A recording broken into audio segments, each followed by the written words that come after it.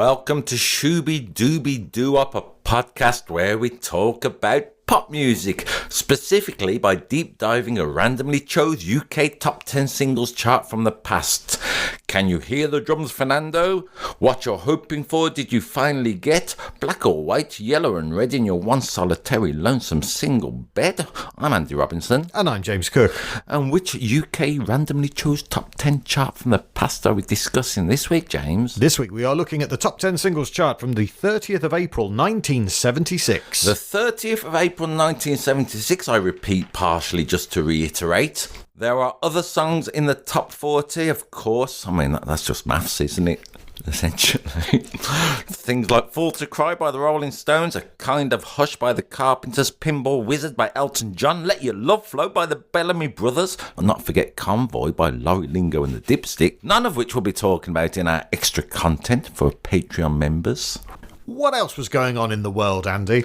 In pop music news, at least, the Rocky Horror just started a midnight showing, encouraging its cult following. This is good. Bruce Springsteen, he just broke into Graceland, Elvis's house, and got arrested and dragged out around this time. And also, Lorne Michaels on SNL offered Lennon and McCartney $3,000 to reunite. Apparently, they were watching it in some apartment, John Lennon's apartment in New York, and they were considering it. All good pop music news. My favourite, James, from April 4, where we are, on whatever date we're on, 30th of April, beginning of the month. You know the Patrick Moore, the British astronomer? Oh, yes. He did a little April Fool's joke, apparently, where he was talking about the Jovian-Plutonian gravitational effect, and apparently he encouraged loads of television viewers to jump up in the air because he thought that Jupiter and Pluto were aligned and that everyone would experience a floating sensation. Do you think anyone fell for that? A few people did, seemingly. The Floaters and Float On. Let's bring it into pop music news. What were you doing in 1976 at this time? I wasn't even thought of at this point. Were you not? No. You were a twinkle in your parents' eye. Me, I was about 6 or 7. I wasn't fully pop cognizant, although 2 songs definitely burrowed their way in early on. That was nice to remember them. I bought 30% of these records, not necessarily at the time, but, you know, on compilations and best ofs. That counts, doesn't it, James, as a contribution? I bought none of them. You are part of the problem, not the solution. I wasn't born. Doesn't matter. I got some stats for you, though, about the chart. I love your stats. This top 10 contains 2 UK number 1 singles. There are 5 songs going up, 2 going down, and 3 non-movers, for a total net movement of positive 13. There are 5 British artists, 3 American, 1 German, 1 Swedish, 1 Norwegian, and an Australian. 7 groups, 3 solo artists, and there are 2 cover versions that aren't really cover versions. By my reckoning, there are 3 songs about dancing, 2 songs about the complexities of love, 2 songs about women, 1 song about a war comrade, 1 song of existential questions, and 1 song about a life being saved by a member of the cabin crew. Unfortunately, there are no examples of self-reference, but there are loads of key changes, loads and loads of them, in only 2 of the songs doing all the heavy lifting. That was pleasing. I reckon there is 1 example of self-reference in this. Oh, go on, let's save it for later. Yeah. You can listen to this top 10 on our playlists. We've got 1 on Spotify, 1 on YouTube, and the links to those are in the description. There are also another half a dozen songs on those playlists that are in the top 50 on the 30th of April 1976, but never get into the top 10, and we will get into them on our special bonus tracks podcast, featuring a star of musical theatre doing reggae like it shouldn't ever be done, reggae like it should be done, and an early example of a really, really sad mashup. You can join our Patreon community for free, and the bonus tracks podcast costs less than half a kilo of sugar puffs a month. Tell them about the honey, mummy. I think we've established 1976 as much as we can. Yeah. Let's stop here to listen and begin to move our feet. Number 10. Up 4 to number 10 this week, it's Disco Connection by Isaac Hayes. I'd never heard this song before, not least to my memory, James. Had you? I reckon I have. I think I didn't put 2 and 2 together and realise it was Isaac Hayes, let alone realise it got into the top 10. Yeah. Because it's quite unusual for a top 10 single, isn't it? It's a groovy instrumental that goes on for a long time. It is a long instrumental. I'm going to recommend, again, that you listen to this on Spotify and the YouTube playlist, because I think it's a great overture for this week's top 10, 1976. It sets the scene, doesn't it? It does. This was Isaac Hayes' 3rd biggest hit. Oh, yeah. In the UK. What are the 2 hits he had that were bigger than this? I'll give you a clue. He won an Oscar for one Theme of them. from Shaft. Theme from Shaft. That's a good point. Wasn't there some version, the cover version of a... No. Oh, go on. It was much, much later. Was it Chef and Salty Balls, Yes. whatever that was in Yes, South? I forgot it was... It was Chocolate Salty Balls, which was a #1 single in 1998. That's right. I forgot. I've been so busy thinking of him as Black Moses in this song, another one of his, let's call it, identities. I forgot all about this Salty Balled Chef. Of course, you mentioned the theme from Shaft. Did you know Isaac Hayes was only the third African-American to win an Oscar? Really? After Hattie McDaniel and Sidney Poitier. Okay. Isaac Hayes is number 3. Andy and I both work as comedians, and sometimes I do comedy shows for kids. Yes. And I was doing one of those yesterday at time of recording, and the sound tech said, "What music do you want as you come on?" And I went, "Theme from Shaft." So I walked on at the kids' gig to the theme from Shaft because it's amazing. I would have picked Disco Connection. I should have picked Disco Connection in honour of this podcast. It's a great record. I mean, I've been grooving to it. On YouTube, Rosa Paraga 3575 says, "If this gem does not give you chills, that means you're dead." I kind of agree with that. That's some test, isn't it? Usually it's like Mirror Under the Nose, isn't it? Now, loads of people on YouTube, James. A lot of people saying I used to go dancing to this. Crackers in Wardour Street or at the Wigan Casino or Lancaster Roller Rink. But Sarah Ivy Sutters 747, she has a very specific take on how she enjoys this record.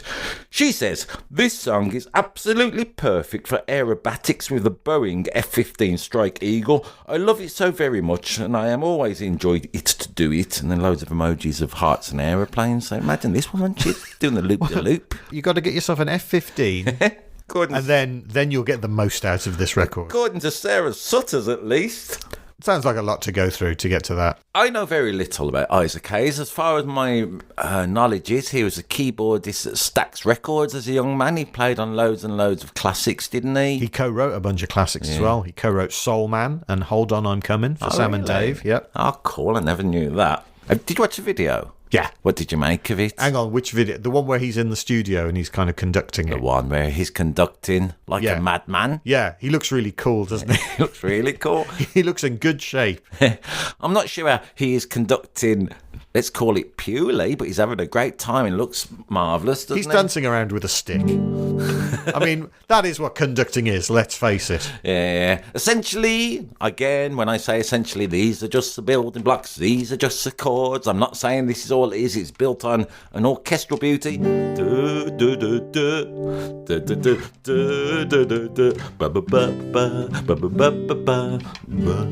kind of sets the theme, doesn't it? And it goes off in loads and loads of untrammeled joy and beauty. That the way you sang it there, and that is in this song, but it reminds me of what's it called? The Blues Brothers play it. Ba ba ba ba. Yeah. I get you. Can't Turn You Loose by Otis Redding. It's like he's got that and sort of put it in a minor key or something. I was just about to point that out. Well done. He's mysterious. He's taking us somewhere else. Mysterious old Isaac Hayes. Juan Salazar, he says about this very track, "This cut is tits bra." Tits bra. Yeah, with an H. What I like about it, James, despite its, let's call it, orchestral setting, it speeds up a little bit, doesn't it? As it goes on, it progresses, it sort of shifts up gears. It's not recorded on the grid, it's not a digital recording, it's live, it's happening in the studio, and you feel it in your heart and your soul and your feet. It makes me imagine being in, like, I don't know, Studio 54 or something in the 70s. Yeah. It's not the only song in our chart this week that is bringing that to mind. No. Very evocative of the time. Yeah. Like I say, it sets off this top 10 great. Now, also, I learned from YouTube. I thought I'd take some of the weight off your feet researching. Get this, James. Have you heard this? GTA fan, 9584, he says it's featured in a film called Nia Marin Miliardar, which is a Romanian film, the most watched Romanian film of all time, according to GTA fan. And Nia Marin Miliardar means Uncle Marin the Billionaire. IMDb rating 9.9, I just made it up. It will have one. James is just looking up. All right, then get this. Also, Nia Marin Milliardaire or Uncle Marin the Billionaire. Either one of them. Whilst I'm talking, let's call it cinematic facts I've picked up from the YouTube comments. IHD IMDb also mentions that Isaac played the Duke of York in the film Escape from New York. So, that's going on as well. According to YouTube. He also plays the character that's the parody of Morgan Freeman in Robin Hood Men in Tights. Really? Yes. And he's in the movie I'm Gonna Get You Sucker. Which, bafflingly, was a film that I, as an 11-year-old white boy in Solihull, rented from the video shop and watched as a parody of blaxploitation films that I didn't understand.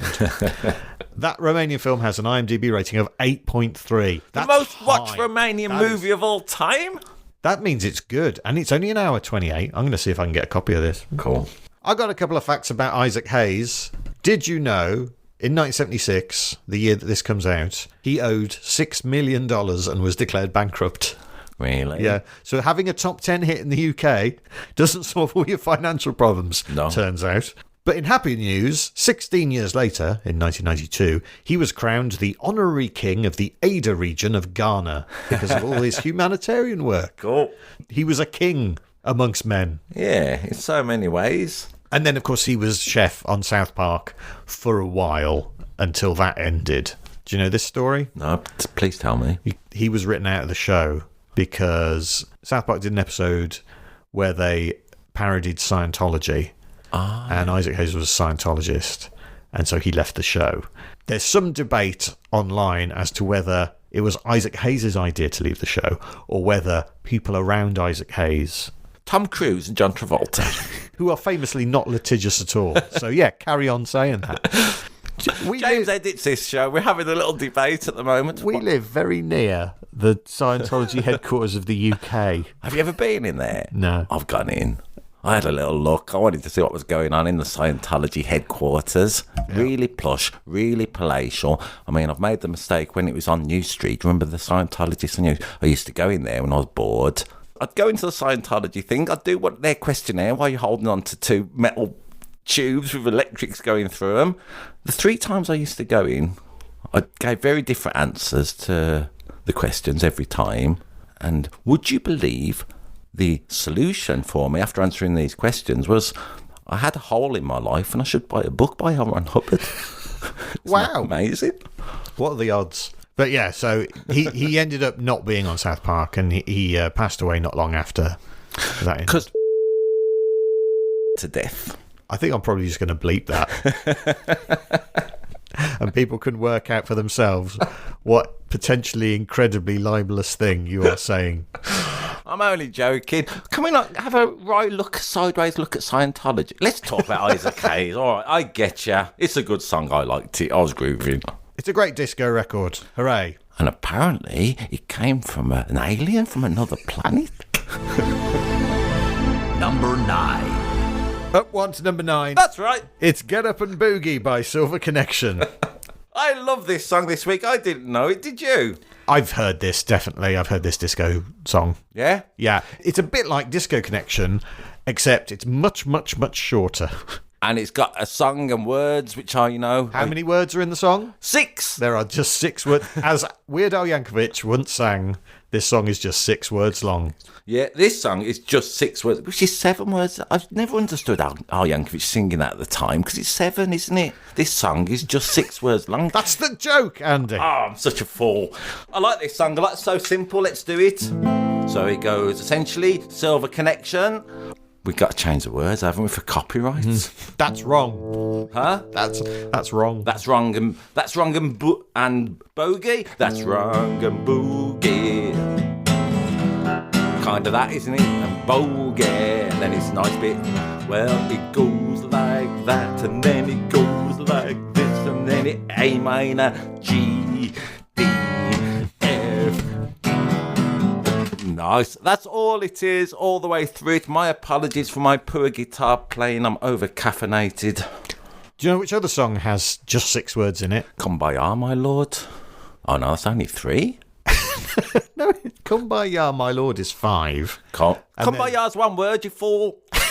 It's hyphenated. No, Kumbaya is 3 words. No. Not 1 word, Kumbaya.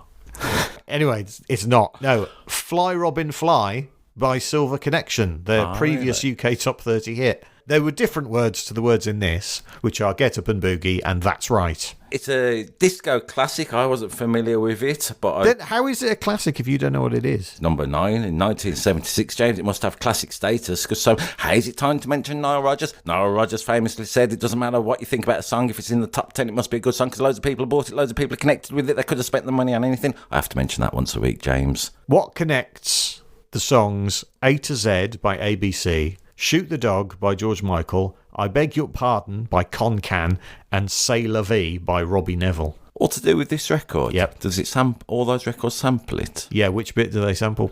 That's right. Yeah, that's right. In fact, that sample's been used in about 40 or 50 different songs. Ah, cool. I'm glad you said this because in the YouTube comments, which I will dig into shortly, I was very resentful of someone because they said ABC sampled this for Be Near Me. Check it out. I'll listen to Be Near Me. Didn't hear a word of it. I thought you've wasted my time. No, it's in A to Z, apparently. Yeah. Also on YouTube, Lexia Riviera 4620 says, "I am traumatised by this song. My dad used to play it every morning to wake me up to go to school," which is good, isn't it? That's a way of traumatising a kid with a song, a perfectly innocuous disco song.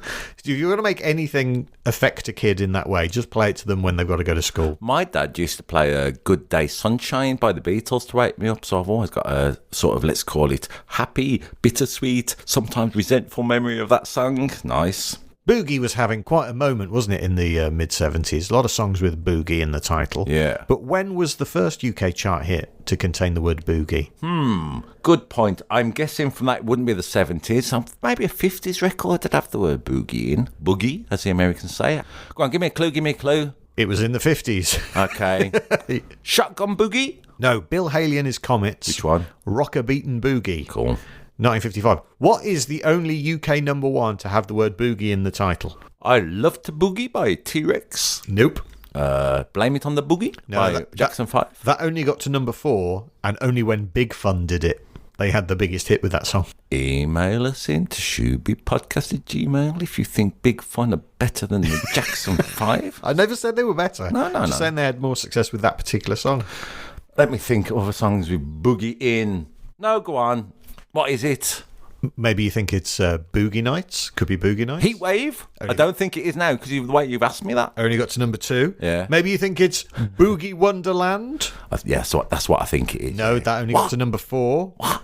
Maybe you think it's Boogie Tonight by Booty Love in 2006. I do think it's that now. It's No, not that Boogie only One. got to number 2. Maybe you think it's Yes Sir, I Can Boogie. Baccarat. Because it is that. Yeah. That is the only song with boogie in the title that's been a UK Interesting. number 1. Great research. I was watching a video of them singing it on YouTube, of course. Did you look at the video? Or a video? Silver Connection? Yeah. 3 beautiful women. Did you watch the crowd? Yes, they are the most bored-looking crowd I've ever seen. And as I have said before, and I've been at every one of my gigs. It's phenomenal, isn't it? I mean, on YouTube comments, people got into, rather than the beauty of this song, the beauty of the women, let's call it its dancelicious nature. Loads of people got obsessed by the audience. On Fan Maxi says, legend has it that the same audience is still sitting there to this day watching them mime that song, which I liked. Someone got into it and said, I saw some movement from the audience at 2 minutes 15. I had a little click at that. Prez58 says, and the crowd went mild. I mean, the people making the TV show must know that, let's get some reaction shots. And then they cut to audience. There is no reaction whatsoever. And then you go, right, let's not do that again. But they keep doing it, Andy. They keep doing it. I mean, I was watching them, the 3 women. They do some great dancing on this video anyway, and I've been sort of watching, I was watching old Top of the Pops this weekend. I was watching Tony Basil do Mickey. I was watching Mel and Kim, respectable. These dances are great. You could almost freeze frame at both of these performances at any point, and it'd look perfect, you know what I mean? So I'm going to put Silver Convention in that. Silver Connection. Convention? Oh, shit, you're right. It is Silver Convention. All your research, James, and your first hurdle. Why have I written it down wrong? It's all right. We have a lot to do. Alive. It is Silver Convention. I know. Do you know how I know that? 'Cause I can read. Yeah, all right. Showing off with your reading ability. Hey, write in to us at shoobypodcast@gmail. To be honest, I'll have to be dealing with emails because, James, you have trouble, don't you? Yeah. Turns out I can't read.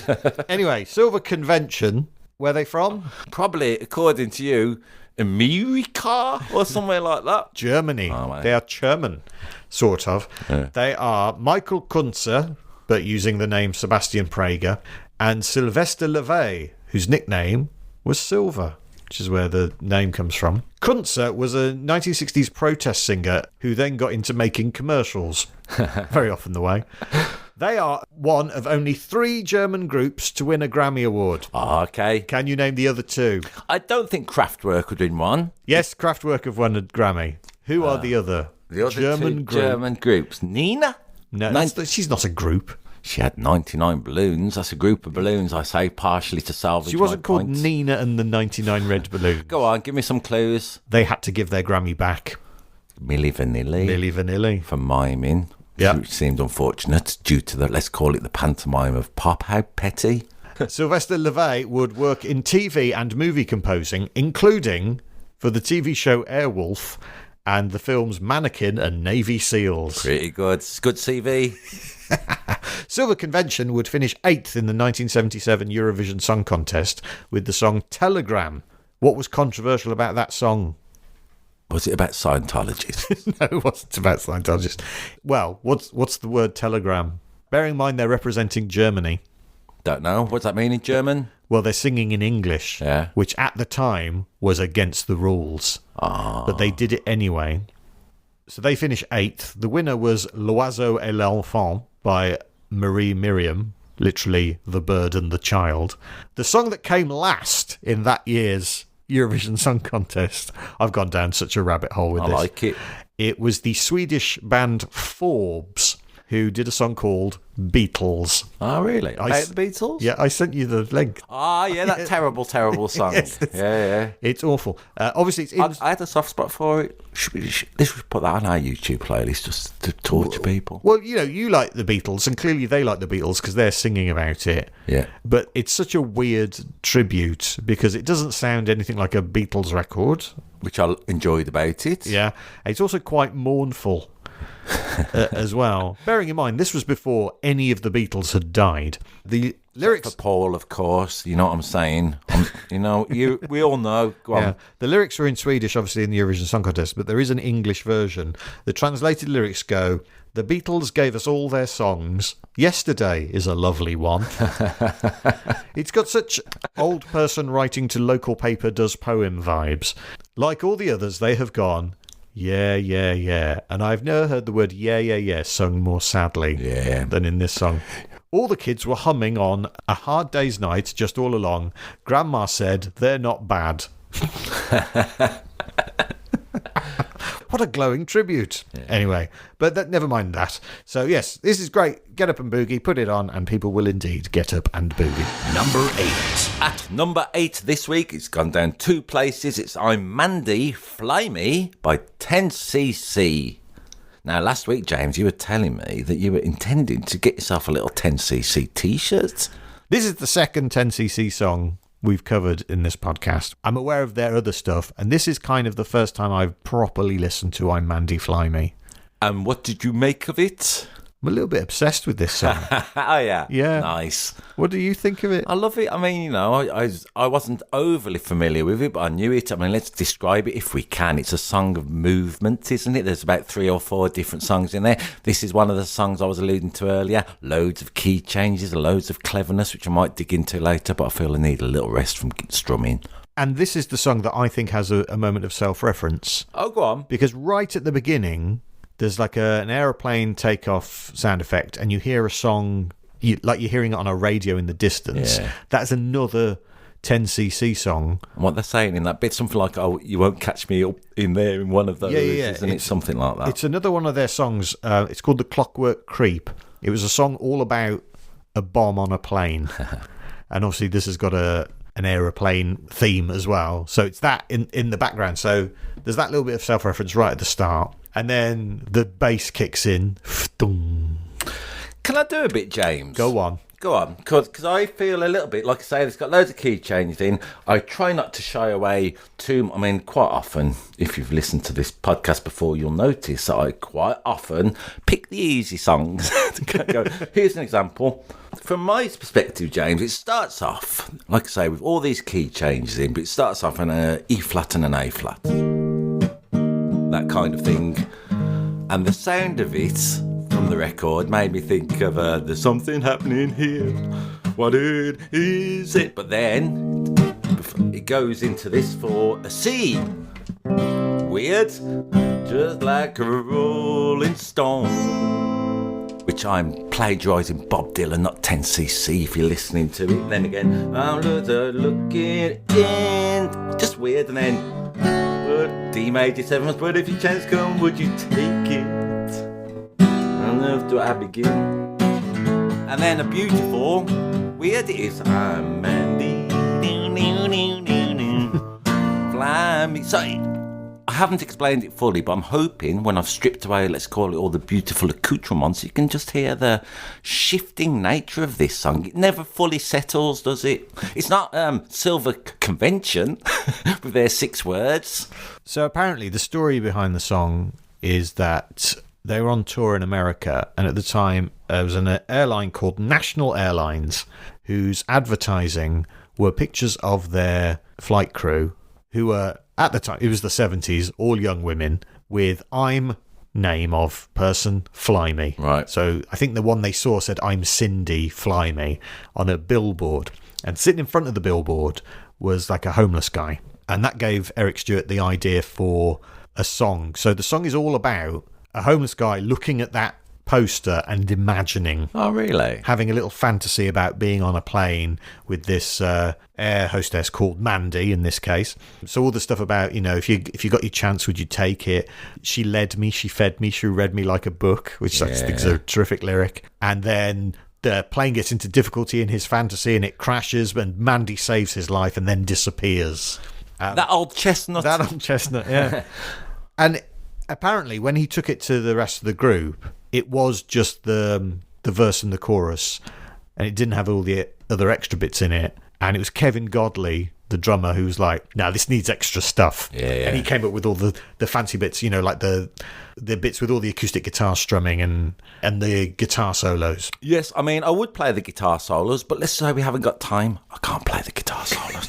Yeah, I mean, like I say, it's 3 or 4 songs in one, isn't it? It reminds me of like McCartney songs, so obviously I'm going to love that. Eric Stewart went on to work with McCartney, reminded me of like Band on the Run and these little, you know, songs he puts together. It reminded me of Ice Hockey Hair by the Super Furry Animals. Okay, well, I'm delighted you said this because lyrically, the concept of a bomb on a plane, Gruff Rhys did in a song called Skyline, I think, which is a big 14-minute song about sitting next to it. So, yeah, maybe Super Furry Animals are more influenced. All the connections.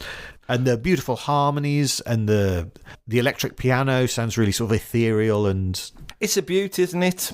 Talking about, let's call it the studio effects of it. On YouTube, Locked in 60, in a sentence I never expected to read, says, Stockport is a bucket list place of mine because apparently in Stockport there's a 10cc exhibition at Strawberry Studios. I've gotten people say I went in there and had a look at Eric Stewart's red guitar. We should go, shouldn't we? Let's have a field trip. Let's do it. Stockport? Yeah. If we've got any listeners who want to put us up, shoobypodcast@gmail.com. Yeah. But yeah, I have loved this. And I know I'm a middle-aged man who bangs on about Steely Dan the whole time. Yes, it's right up your alley. So I am the demographic for this song. Hey, Kenneth Drury on YouTube. Kenneth Drury 1094. My apologies. This is a good comment, I think, James. He says, message to Smooth FM. You can play other 10cc hits like this one. Not just that I'm not in love all the time. Which is true, isn't it? You know, again, like you're saying, you weren't familiar with this song. Maybe, you know, it's not in the, it's not Dreadlock Holiday or I'm Not in Love, is it? It's one of their, let's call it, deeper top 10 hits. Also mentions the girl from Dr. No. I felt Mandy pull me up, give me the kiss of life, just like the girl in Dr. No, no, no, no, no. Or maybe, maybe that's a different film. Is there a Dr. No, no, no, no, no? Dr. No, IMDb rating 7.2. Do you know the album it came from? No. This is pretty interesting, I think. Again, I saw some comments. I thought I'd have a look at that. It's called from the album How Dare You? And people were going on about the inner gatefold sleeve. You open it up, and in this inner gatefold, it's a big party scene, let's say. Loads of well-dressed people crammed into a room, yet they're all on the phone. Obviously not on mobile, because it hasn't been invented yet, but they're all on landlines. And I thought, it reminded me, James, of some comedians' dressing rooms I've been in lately. Everyone just on the phone all the time. It's pretty good, though. It's pretty, I'm going to say prescient, a bit forward-thinking by 10cc. Arguably, for the artwork, they saw the disconnection we're all going to have in real life, yeah? Well, light years ahead of their time. Yeah, man. So actually, when I listen to 10cc, I'm not living in the past, I'm living in the future, yeah? Number 7. A non-mover at number 7, it's Girls, Girls, Girls by Sailor. Not to be confused by the song Girls, Girls, Girls by Mötley Crüe, Girls, Girls, Girls by Jay-Z, or Girls, Girls, Girls by the Coasters, or the Elvis film. Yes, the same song, actually. Girls, Girls, Girls by the Coasters and Girls, Girls, Girls by Elvis. It doesn't matter, Libra and Style, it's a classic. IMDb rating 5.6. Chill Guy Tech on YouTube says Mötley Crüe have really mellowed out. All right, then, so we're discussing, let's call it the notion of the heritage of the title Girls, Girls, Girls first, aren't we? Should we do that? We've already talked about a song called Girls, Girls, Girls. When? It was in a bonus podcast from one of the 1950s one. What was it? Oh, some young kid. I remember. Girls, Girls, Girls are meant to love. Yes, Daddy told him the girls were meant to love. I remember that. Yeah. I like the Girls, Girls, Girls by Elvis, especially before we dig into Sailor. We know we're off piste, but here we are. Well, here's the interesting thing. In that movie, Yeah. what does Elvis play? Is a sailor? A sailor. Yeah. Oh, I get you. Who's saying? That's the name of the band. He's here. a nightclub singer as well, so that makes sense. What I love about Girls, Girls, Girls, the Elvis song at least, it's got my favourite middle eight ever. He's on about girls going swimming and girls going skiing. He's obsessed with girls. The middle eight goes, and when I pick up my sandwich to lunch, a munch of tea, a munchety munch, I never ever get to finish my lunch because there's always bound to be a bunch of girls going, etc. So that's good. Is that the correct collective noun for girls? A bunch.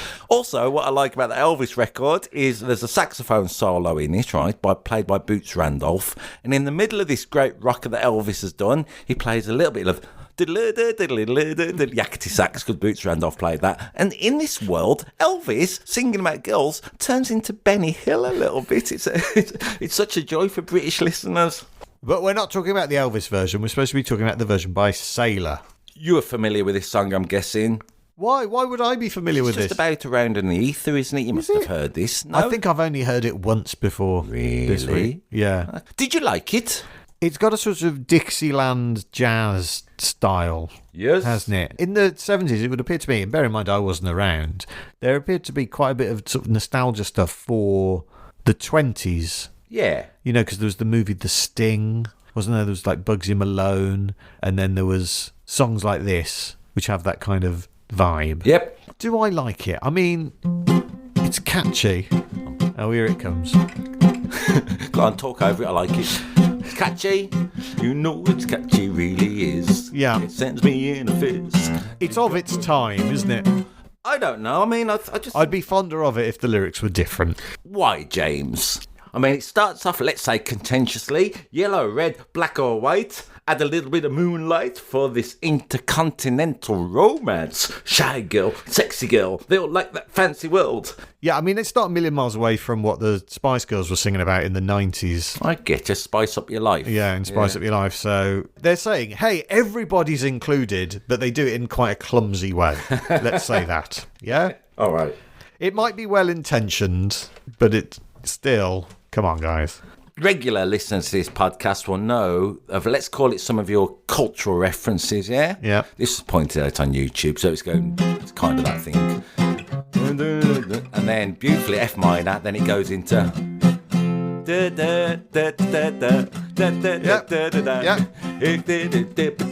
Muppet Show tonight. It is. It's the Muppet theme. It's similar. That's why I like that bit of it. RJ Mashing on YouTube says this is what Roxy Music would have sounded like if they'd been shite. the lead singer, George Kajanis, I believe. Loads of women are warm for his form on this. I mean, often on YouTube comments, that always happens, but I'm going to call it, there was a barrage of women really fancying, let's call it the lead sailor. Do you know who doesn't fancy him? No, go on. Cliff Richard. Explain. Cliff's first UK single to not make the top 30 was a song called Flying Machine in 1971, which was written by George Kajanis. Nothing to do with the surname Kajanis. Yeah. He's from Norway. Oh, yeah. And his grandfather founded the Helsinki Philharmonic Orchestra. So he's from musical heritage, let's say. Yeah, he is. The band included multi-instrumentalist Henry Marsh, who used to be in a band with Jeremy Irons. No. Yeah. And he went on to marry Dee Dee from Pan's People. Really? Well done, him. I've got a theory about Pan's People and Legs and Coach. I'm going to save it till a bit later. Okay. Spoilers. They are coming up a bit Let's later. call it in the second half. Yeah. Multi-instrumentalist Phil Pickett. Do you know who he is? Nope. He would go on to co-write Karma Chameleon. Oh, really? The Culture Club. Great. Yes. He also wrote the song How Silly Can You Get, which is the song that Val Kilmer sings in East Germany in the movie Top Secret. Great song. Yeah. Yeah, all right. This is good, isn't it? And there's drummer Grant Serple, who'd go on to be a chemistry teacher, but also teach Erwin Sparks from the Hoosiers. I can see a lineage between Sailor and the Hoosiers. Yeah. James. It's quirky, isn't it? It's like it sounds like it sounds like Putting on the Ritz or one of these old songs, doesn't it? It's a joy, I think. Putting on the tits, more like. This cut his tits, brah. That's a reference to something that happened 10 minutes ago. Despite your reticence, James, on YouTube, Mr. Ballynally 2 says, fun was allowed back then. Yeah, fun's not allowed anymore. Not allowed As anymore. You know, if you have fun now, they don't allow it. They arrest you and put you in prison. Thanks, Kia. It's my new favourite thing to say, that is. Number 6. Down one to number 6 is Diana Ross with the theme from Mahogany, yeah? Brackets, do you know where you're going to? This has The got... Satnav song. Yeah. Turn Around Bright Eyes, that's another Satnav song. Do you know that? I like that joke. Anyway. In the title, there's an erroneous 2. Go on. Do you know where you're going to? Yeah. It should just be, do you know where you're going? I mean, there's one song coming up later. I've been a bit obsessed with, let's call it, spare syllables hanging around. So if they were going to go by the song that's coming up later, let's say in the second half, she would have gone, do you know where you're going to? That's interesting. Not yet, but it will be later on. There are several key changes in this song. Again, one of the ones I alluded to, it goes through movements, it continually shifts, continually knocks you off your feet. Maybe, musically speaking as well, it leaves you a little discombobulated, doesn't it? Hence, you do not know where you're going to. The main riff from it. Yeah. Do, that one. It's reminiscent of Here, There and Everywhere by the Beatles, isn't it? If you like. I'm all for the, individual interpretations. I never heard that. Na, na, na, na. Okay, do you know who wrote the words to this song? Jerry Goffin. Jerry Goffin of Goffin and King. And the music was written by some fella called Michael Massa. I looked on Spotify credits. Apparently this is about Carole King. Really? Yes. Go allegedly. On. That's the rumour. Okay. That's who Jerry Goffin wrote about. Do you know what else Michael Massa wrote? No. Saving All My Love for You. Whitney Houston. Nothing's Gonna Change My Love for You. Glenn Medeiros. Tonight I Celebrate My Love for You. Peebo Bryson. Yeah. Nice. He's obsessed with love, this fella. He is. On YouTube, Rowie, whoever that is, says this is the middle-aged dystopian truth of our lives. Wow. Well, I like to spring a quiz on you. Yeah. So here's a little quiz. Do you know where you're going to? You're asking me that as a quiz question. I do know where I'm going to. I have my diary booked for some gigs. Okay. Do you like the thing that life is showing you? Fucking Isle of Man I've got to go to this week, annoyingly. Do you like the things that life is showing you? Well, not if I have to go to the Isle of Man. I'll just go to loads of people who are apparently really self-centred and smug about Lord knows what, because I live on a silly little island. Thanks for listening if you're in the Isle of Man. Third question, where are you going to? Isle of Man. Fourth question, do you know? Definitely the Isle of Man. Got the playing books. Done that. So, saying the lyrics. Hang on, let me ask you. What? Do you know where you're going to? Not a bloody clue, mate. What was the second question? question? That's why I'm in a shed. What's the second question? Do you like the things that life is showing you? I mean, that's obvious. Sometimes. Yeah. This is why I think the middle-aged dystopian truth of our lives, I mean, it's a very mature song, this is, isn't it? As a young man, who knows where they're going to? I think this is a song for, let's call it, the elderly. The elderly. So I have to view the world now, James. Once we were standing still in time, chasing the fantasies that filled our minds. You knew how I loved you, but my spirit was free, laughing at the questions that you once asked of me. Yeah. That'd be annoying. Yeah. What do you want for tea? Oh, this again. Do you know that story about Tracy Ullman? She said when she was a pop star, because she was a comedian, she got interviewed by a lot of, let's call it, European things, and because she was known as a comedian, they'd say to her, how you doing, Tracy? She'd go, I'm fine, thanks. They'd go, ha, ha, ha, ha. And like, it's sort of manic laughter, which I sometimes see around successful comedians, James. Yeah. We've seen that behaviour, haven't we? I mean, I've never experienced it. No. I've heard of it. Yeah, yes. yeah. Oh, do you know anything about the film Mahogany? I've never seen it, but I, of course, know that the IMDb rating is 6.1. Okay. It's a film in which Diana Ross plays Tracy Chambers, an aspiring fashion designer who becomes a model by mistake when she's spotted by Norman Bates, and she must choose between her career and Lando Calrissian. Norman Bates? Well, you know, Anthony Perkins. Okay. All right, then. Yeah. I like him being Norman Bates in every film you see from now Yeah, on. Billy D. Williams is Lando Calrissian. It's just the way it is. Who directed the movie? I do not know. Who do you think directed the movie with Diana Ross in it? Very good. It was directed by Barry Was Gordy. it really? Yes, but he only took over when the original director, Tony Richardson, was sacked. Okay, by Berry Gordy, probably. Probably. I mean, you know, Berry Gordy, so responsible for so much great music, yet the more I hear about him, the more I think he might be a bit of a jerk. Yeah. This was nominated for Best Song at the Oscars. Really? It didn't win, though. It was beaten by I'm Easy by Keith Carradine from the movie Nashville. Why shouldn't this have been nominated for an Oscar? I do not know. Go on. Well, one of the rules of being nominated for Best Song at the Oscars is that it has to be written for the film. And this wasn't written for the film. Oh, really? No, Do You Know Where You're Going To, way before it was Theme from Mahogany, was originally recorded by Thelma Houston. Oh, okay. But it was never released. Aunt of Whitney or grandmother? I always get confused with that family tree. Go on, though. Carry on. I mean, all intrigued. They need a theme for the movie, so they get this one out of storage. Diana Ross records it. They name it Theme from Mahogany, and it gets nominated for the Oscar when it shouldn't have been. Okay. That's numbers 10 to 6. Thoroughly dealt with, James. In part 2 of this week's Shooby Dooby Doo-Up, we'll be deep diving the top 5 from the 30th of April 1976. Here's a little taste of what's in store. I remember Pan's People dancing to it.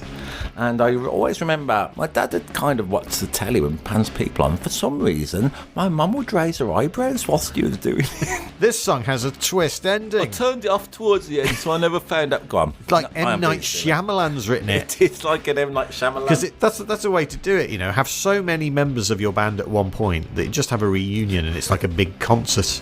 I mean, I've got a friend called Chickatita who said ABBA met her once and they were going to write a song. I didn't believe her at the time, but you never know. Check out the Spotify and YouTube playlists and let us know your thoughts at shoobypodcast@gmail.com. And for the songs that aren't in the top 10, join our Patreon community and become a subscriber. If that's the quality of the first half of the top 10, I can't wait to see what our numbers 5 to 1. Thank you very much for listening. And until then, don't forget Shooby Dooby Doo Up. Bop bop shoo up.